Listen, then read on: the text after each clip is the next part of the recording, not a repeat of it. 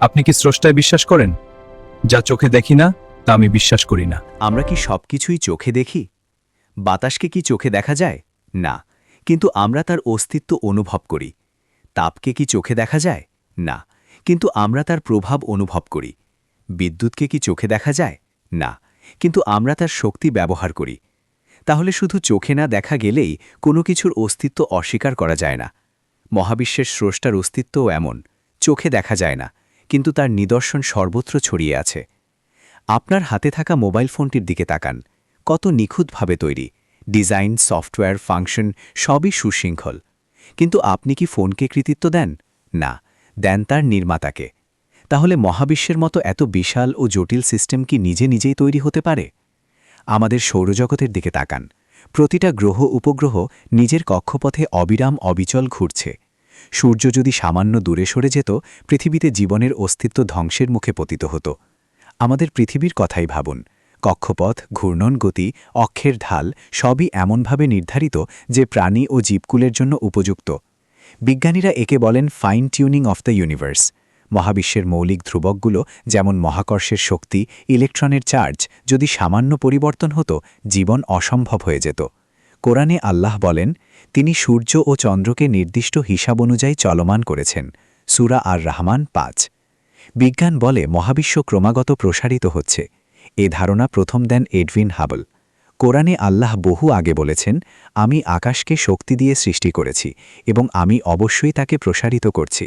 সূরা আজ জারিয়াত ৪৭। এটি আধুনিক কসমোলজির সাথে মিলে যায়।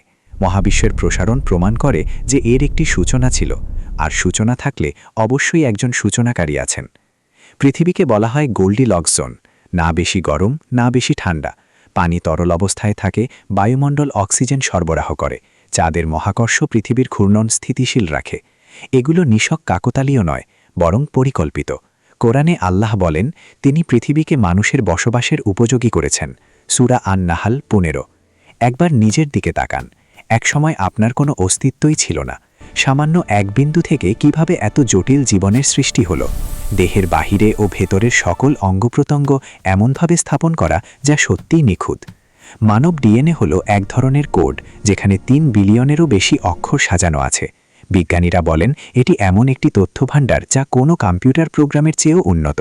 কোরআনে আল্লাহ বলেন, আমি মানুষকে সৃষ্টি করেছি নাপাক তরল থেকে। সূরা আল ইনসান ২। এত নিখুঁতভাবে সাজানো মানব দেহ কি নিজে নিজেই সৃষ্টি হতে পারে? কোরআনে আল্লাহ আরও বলেন, তারা কি স্রষ্টা ছাড়া সৃষ্টি হয়েছে, না তারা নিজেরাই স্রষ্টা? সূরা আত-তুর ৩৫। এই আয়াত আমাদের মনে করিয়ে দেয়, মানুষের অস্তিত্বের পেছনে অবশ্যই একজন মহান স্রষ্টা আছেন। একটি ফলের গাছ তার নিজস্ব ফলই দেয়। ইলেকট্রন প্রোটনের বিন্যাস সবসময় নির্দিষ্ট। পদার্থবিজ্ঞানের নিয়ম কখনো ভঙ্গ হয় না। যেমন একটি গাড়ি চালক ছাড়া চলতে পারে না, তেমনি মহাবিশ্বও চালক ছাড়া চলতে পারে না। নাস্তিকরা বলে, আমরা দেখি না তাই বিশ্বাস করি না, কিন্তু আমরা তো অনেক কিছুই দেখি না, তবুও তার অস্তিত্ব অস্বীকার করি না। বাতাসকে দেখা যায় না, কিন্তু আমরা শ্বাস নেই। তাপকে দেখা যায় না, কিন্তু আমরা তার প্রভাব অনুভব করি। মাধ্যাকর্ষণকে দেখা যায় না, কিন্তু আমরা তার টান অনুভব করি। তাহলে স্রষ্টাকে চোখে না দেখলেও তার নিদর্শন সর্বত্র অনুভব করা যায়। মহাবিশ্বের প্রতিটা কোণায় স্রষ্টার অস্তিত্বের প্রমাণ রয়েছে। তিনি ছিলেন, আছেন, থাকবেন। কোরআনে আল্লাহ বলেন, আমি আকাশ ও পৃথিবীকে সত্যের সাথে সৃষ্টি করেছি। সূরা আল আনকাবুত ৪৪। তাই যদি আপনি গভীরভাবে চিন্তা করেন, অবশ্যই আপনার রবকে স্বীকৃতি দিতে বাধ্য হবেন।